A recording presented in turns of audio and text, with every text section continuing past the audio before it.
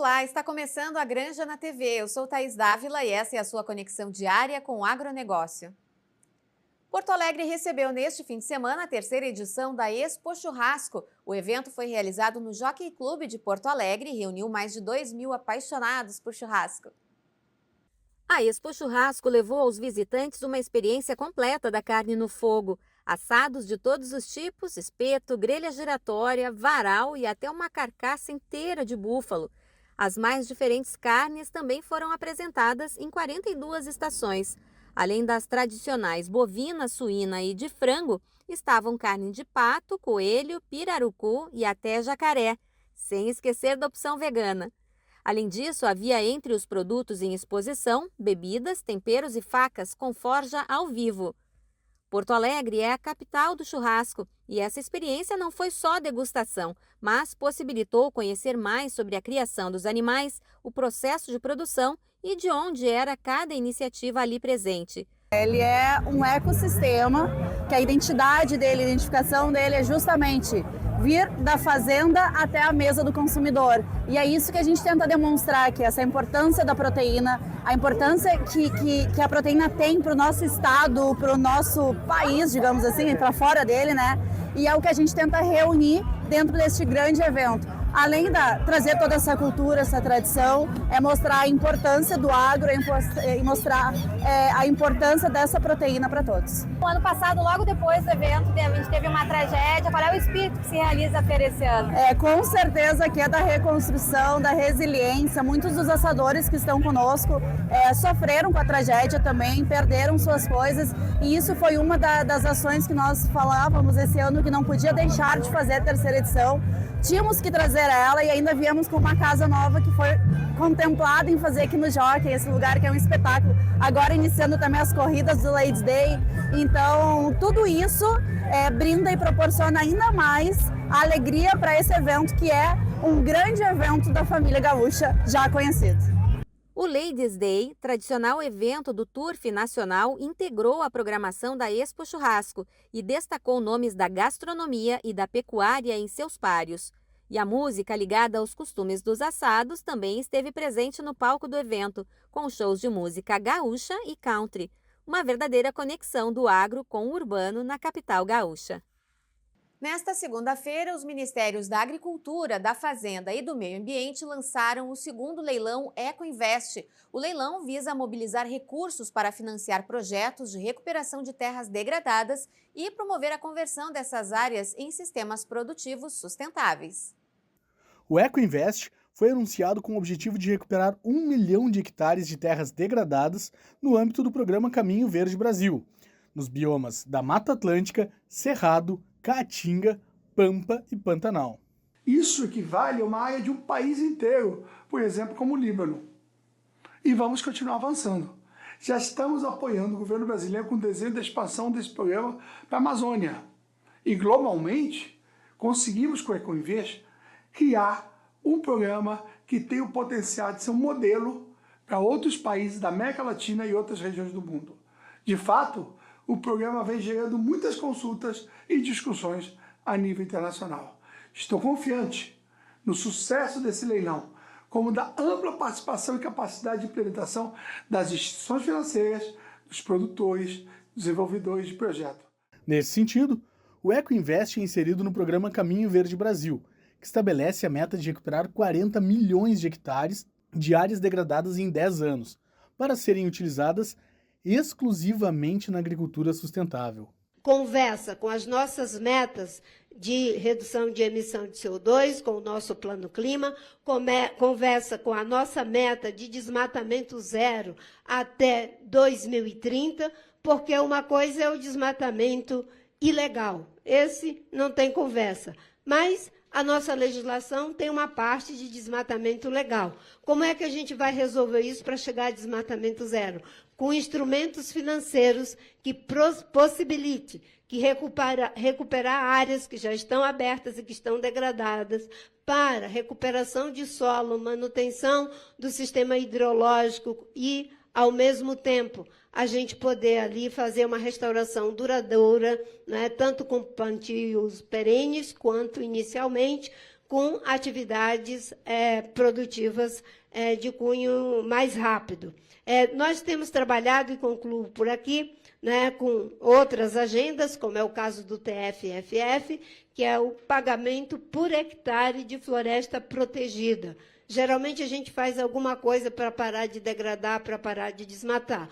Nós agora estamos nos antecipando, o Ministério da Fazenda, o Ministério do Meio Ambiente, né, a partir de uma ideia que a gente trabalha com cerca de 6 países, inclusive o Reino Unido, estamos desenvolvendo um programa de pagamento por floresta tropical preservada, onde cada hectare de floresta vai ter uma forma de ganho se o produtor, e isso seria diretamente, seja para a comunidade indígena, para a comunidade tradicional ou para proprietários de área que tenham suas áreas protegidas.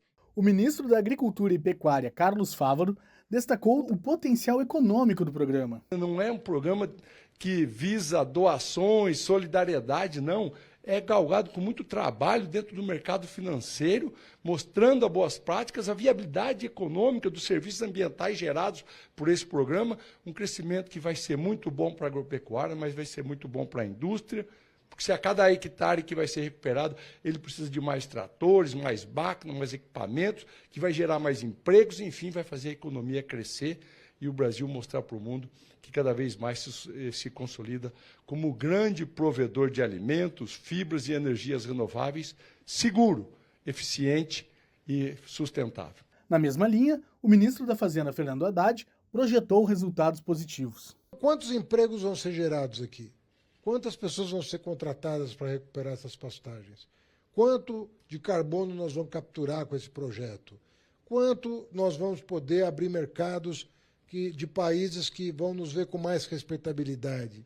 Quanto que vai se impedir mais desmatamento, porque vai ter áreas repostas no mercado para que elas se tornem de novo produtivas.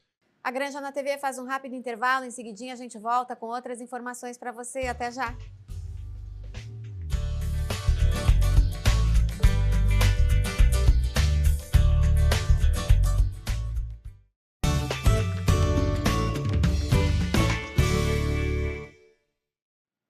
Voltamos com a Granja na TV. E o futuro do seu filho começa pela escola em que ele vai estudar. A rede de escolas da Ubra tem um recado para você. Matrículas abertas na rede de escolas da Ubra. Aqui seu filho vive um mundo de novas possibilidades a cada dia.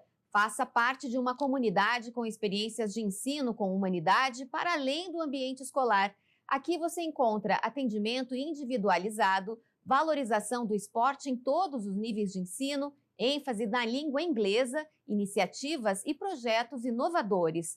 E ainda conta com aulas de robótica, educação tecnológica e cultura maker, além de desenvolver em nossos alunos uma mentalidade empreendedora. Tudo isso com preparação para vestibulares e Enem inserida no dia a dia, durante toda a jornada do aluno. Acesse ubra.br/escolas e agende sua visita agora mesmo.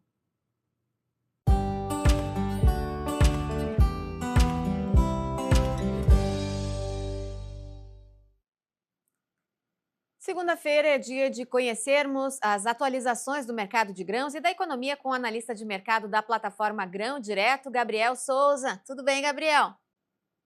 Cadê você? Olá, Thaís. Agora sim. Agora sim.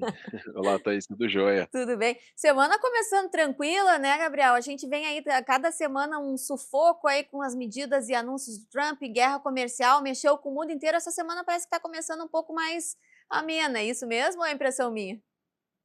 Exatamente, né? Teve um certo sossego agora, né? Até nas cotações, a gente teve algumas semanas agitadas, bastante volatilidade em Chicago, bastante volatilidade em dólar, e agora essa semana começou com uma certa estabilidade, né, nas cotações, né? Então, assim, infelizmente, né, o mercado está um pouco mais travado, também começou mais tranquilo, né, mais travado, mas agora a tendência é um pouco mais fácil agora daqui para frente para ter um panorama de que rumo que a gente pode ir. Pois é, talvez até esse travamento que o mercado está mostrando seja uma espera aí do que vai acontecer, é por aí? Exatamente, o mercado estava bem agitado, né, muita informação, reflexo com relação à guerra comercial, reflexo com relação à questão econômica dos Estados Unidos, isso mexe com tudo, não mexe com a dinâmica do nosso mercado, que é globalizado, então estava muito indeciso. Agora começou uma certa estabilidade, né, pode trazer uma certa estabilidade até para preço e também para a quantidade e volume negociado.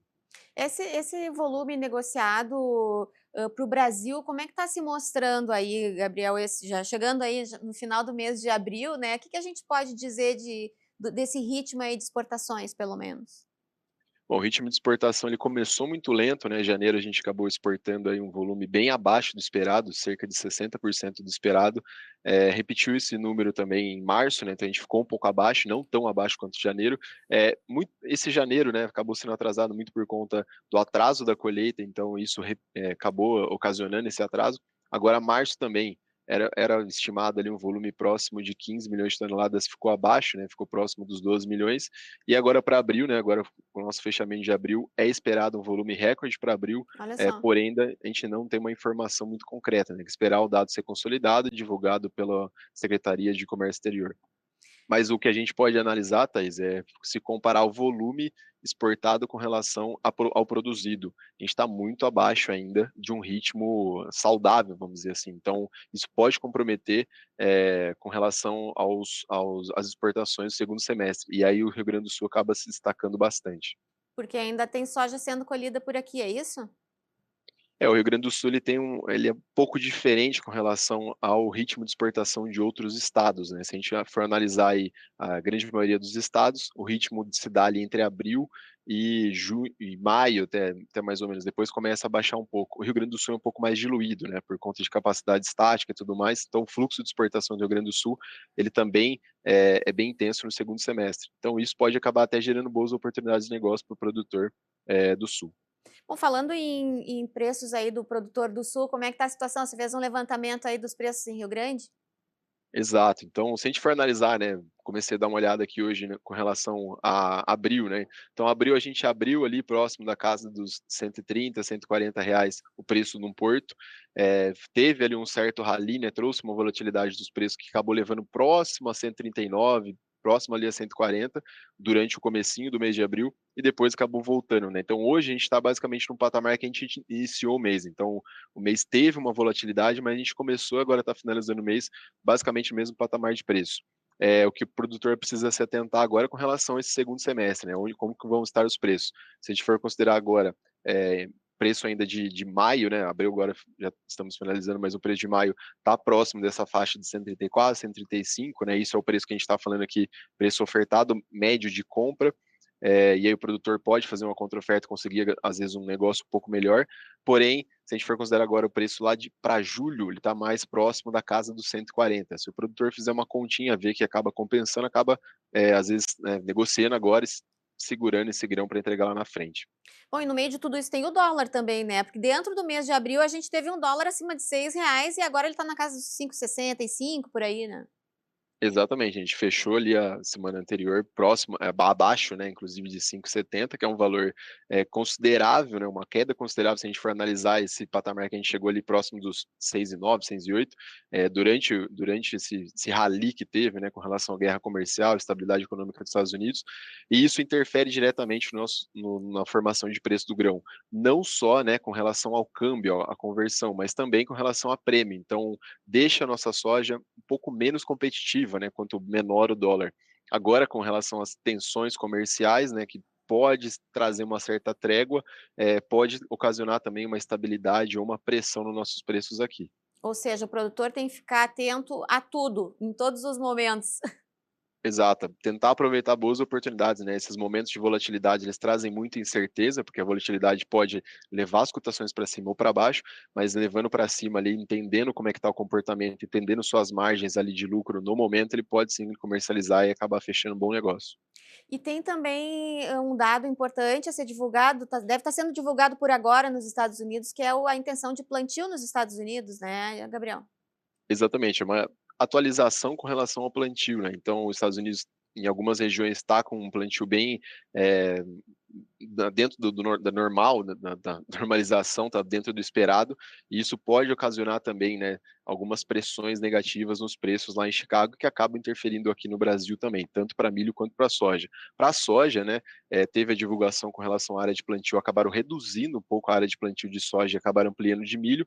Isso traz, né, uma oferta um pouco mais limitada para a soja, que favorece nossos preços aqui. Agora, para milho, os Estados Unidos está vindo muito forte, muito intenso, e isso pode acabar pressionando os preços lá em Chicago. E, né, se a gente for considerar que nosso milho tem uma certa relação também com o mercado interno, então o milho acaba trazendo um pouco mais de volatilidade aqui para frente. A soja a gente acaba dominando, então a gente tem uma certa estabilidade possivelmente daqui para frente. E o milho brasileiro, ele tá, assim, consolidado, dá para dizer, mesmo com aquele pequeno atraso que aconteceu ali no plantio, Gabriel? O milho, acho que ainda tem um certo caminho para percorrer, né? Vai entrar essa questão da volatilidade oriunda dos Estados Unidos para cá, então vai acabar mexendo um pouco com os preços. Hoje, se a gente for analisar o milho Campinas, né, ele está próximo a chegar de uma resistência ali na faixa de R$ 72, que é interessante, né? Se ele conseguir manter acima para depois manter novas altas, né? Vir novas altas, mas perdendo ele pode sim sofrer uma certa queda, né? Momentânea, isso falando em contexto de análise técnica, para trazer depois uma certa intensidade ali, talvez posicionamento de compra que pode fortalecer novamente. Então, essa questão de volatilidade acaba, né, bagunçando um pouco as questões de análise, seja ela uma análise mais fundamentalista ou técnica, porém acaba trazendo, né, alguns fatores que podem ocasionar boas oportunidades de visão futura de negócio. Isso é bem importante, né, o produtor ficar atento a essas oportunidades que elas estão em todo momento. A gente fala aqui, né, no programa, Gabriel, que tem uma oportunidade em algum momento, o produtor precisa ficar atento e aproveitar. Muito obrigada por hoje, a gente se fala na semana que vem, já virado o mês, aí estaremos em maio. Até lá. Um abraço, pessoal, até mais, boa semana. Obrigada.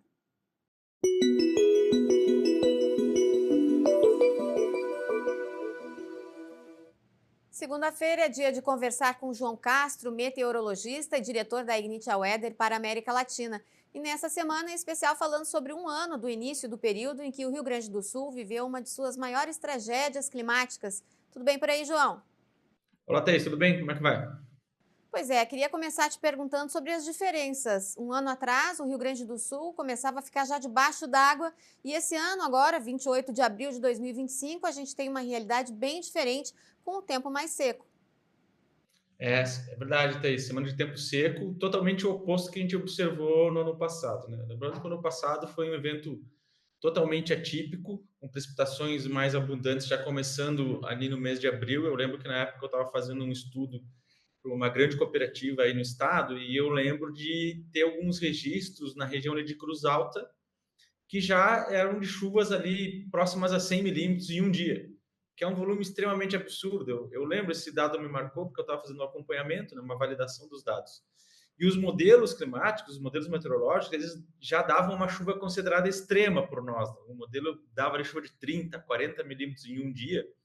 Para nós, o modelo ele tende a ser mais conservador, né? Então, quando ele dá esse volume de chuva, indica esse volume de chuva, a gente já fica, né, meio assim com o pé atrás, assustado, né? E eu lembro que o nosso sistema apontava de 30 e poucos, 40 milímetros e chovia 100, tipo 2 dias seguidos, com esse volume extremo, né? E foi uma onda de chuva, porque isso aí aconteceu lá no 20 e poucos, e depois foi se postergando, depois choveu ali no Vale dos Sinos, choveu ali em várias regiões, né? Acabou dando também chuva bastante intensa na região metropolitana. Então, há um ano atrás, mas foi um evento bastante atípico, né? Eu lembro que não havia grandes condições assim que a gente pudesse perceber que ia ter todo aquele volume de chuva e ele de fato aconteceu, né? Então foi um dia que marcou, uma semana, né, que marcou todos nós, e também do lado da meteorologia, do lado da ciência, a gente com certeza tirou alguns aprendizados desse episódio lamentável. Essa é uma questão interessante, né? A gente viu, por exemplo, em outros episódios fora do país, como no furacão Katrina, os modelos até haviam previsto a possibilidade de um evento de magnitude, mas foi ainda muito maior do que o imaginado. Foi mais ou menos o que aconteceu aqui no Rio Grande do Sul? Isso, pois é, esses eventos de precipitação, especialmente eventos de precipitação extrema, os modelos ele têm um pouco de dificuldade de detectar, né? Porque o modelo não está preparado para ser, digamos assim, para enxergar tão longe, vamos usar um termo bastante grosseiro aqui, tá? Os modelos costumam ser mais secos, que a gente chama tecnicamente. O que é esse modelo seco? Ele não enxerga toda essa quantidade de chuva que às vezes acontece. Então, muitas vezes aí entra a questão da interpretação do meteorologista, de ter uma análise de dados, isso é super importante, né? Então, isso aí acontece. Situações de furacão, por exemplo, às vezes o modelo ele detecta que o sistema lá no mar ele vai se deslocar mais para dentro do mar e em um curto espaço de horas, a gente tinha um jargão que a gente falava na universidade lá em Pelotas, né? A gente dizia que a atmosfera é livre, né? Um termo que a gente falava na brincadeira, mas que é verdade. Os meteorologistas, eles tentam, de alguma forma, tentar decifrar esse mistério que é a natureza, né, Thaís? Só que as ferramentas que a gente tem, elas não nos permitem ter essa visão completa, né? Hoje em dia, com inteligência artificial, está melhorando bastante. Mas, ainda assim, ele é um sistema natural com uma alta taxa de previsibilidade, né? E acontecem essas coisas. Furacões que se acha que vai deslocar para o mar, e aí acontece dentro do continente, acontecem os problemas que a gente vê. E também esses eventos extremos de chuva. Vale lembrar, Thaís, só um parênteses aqui, né? Que é esperado, né? Tem quem acredita em mudança climática e tem quem não acredita em mudança climática. Quem acredita, parte da ciência que fala que está havendo uma transição, é projetado que há uma tendência de os eventos extremos eles serem cada vez mais frequentes e intensos. Então, a gente já teve esse evento no ano passado, já teve alguns outros aí espalhados pelo país, então está se tornando efetivamente, de fato, mais frequente. Tá bom? Então, esse é o comentário geral, assim, porque muitas vezes a gente se baseia no que acontecia há muitos anos atrás, né? A gente aprendeu com o pai, aprendeu com o avô, só que isso aí era na década de 60, 70, era outro clima, outra condição, e as coisas realmente estão passando por uma transição aí. Essa questão dos extremos cada vez mais frequentes, a própria estiagem aqui no Rio Grande do Sul nos últimos anos também é isso. A gente até enxergava em outros anos períodos de estiagem, mas não com tanta frequência e tão intenso como vem sendo nos últimos anos por aqui, né, João? Está acontecendo e são eventos que vão marcando uma geração, digamos, né? Eventualmente, se nós tivéssemos dados, a gente busca dados lá do ano 1400, eventualmente também ia ter, né? Porque o clima ele é cíclico, né? Só que não é nada da nossa era, assim, que a gente tenha presenciado. Então, é uma mudança que vem acontecendo e que vai exigir adaptação, né, Thaís? Do ponto de vista produtivo, né? Produtor rural, governos, né? Enfim, todo mundo tem que se adaptar. Do ponto de vista do agricultor, o que ele pode fazer que está mais na mão dele, né? Escolher adequadamente épocas de plantio, utilizar semente mais preparada. Claro que isso tudo resulta em um custo muito maior, né? Que a gente já sabe que a margem para o produtor rural já é muito apertada. Então, as empresas estão sempre lançando insumos novos, né? Genéticas novas, materiais novos que têm, por conta da tecnologia, elas carregam isso aí embutido nelas, né? Um preço mais alto. Mas isso é o que cabe, né, para nós, como sociedade civil, como produtor rural, o que pode fazer? Se adaptar. E uma das formas é investir em tecnologia. Nesse caso, a tecnologia era dentro da sementinha, né? Uma semente que vai aguentar mais. Então, se deu uma estiagem de 20, 30 dias, ela aguenta e chove, ela recupera de novo. Então, existe esse tipo de material, né? Só que são materiais caros, né? Bom, e pelo lado da ciência, da meteorologia como ciência, também acontecem avanços, né? A própria Ignitia Weather é um exemplo de aprimoramento dos modelos existentes, trazendo outras ferramentas. E é possível fazer uma previsão assim um pouco mais localizada para o produtor rural? Isso, a ciência ela vai caminhando junto, né? Então, no caso dos nossos modelos, eles são baseados em inteligência artificial e ele aprende com o dado que aconteceu, né? Então, nesse caso do evento extremo de precipitação que aconteceu no ano passado, com certeza o modelo aprendeu com aquela situação, com os dados lidos, né? E vai estar mais preparado para frente. E assim que deve ser. A ciência, no geral, ela acaba trabalhando dessa forma, né? Vai aprendendo, vai se adaptando e vai evoluindo.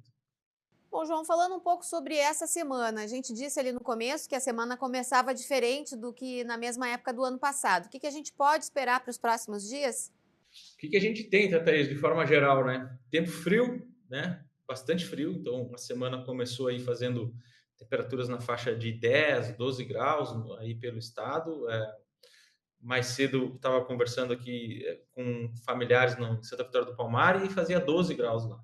Isso que Santa Vitória do Palmar, assim como Porto Alegre, está bem perto da água, né? Perto do litoral. Então, as temperaturas geralmente elas são um pouco melhores que no interior. Então, se você vai lá para Santana do Livramento, Uruguaiana ou para a Serra, essa temperatura é mais baixa ainda. Então, eu acredito que se a gente olhar dados aí observados de hoje cedo, as temperaturas na serra deviam estar na faixa dos 10 graus.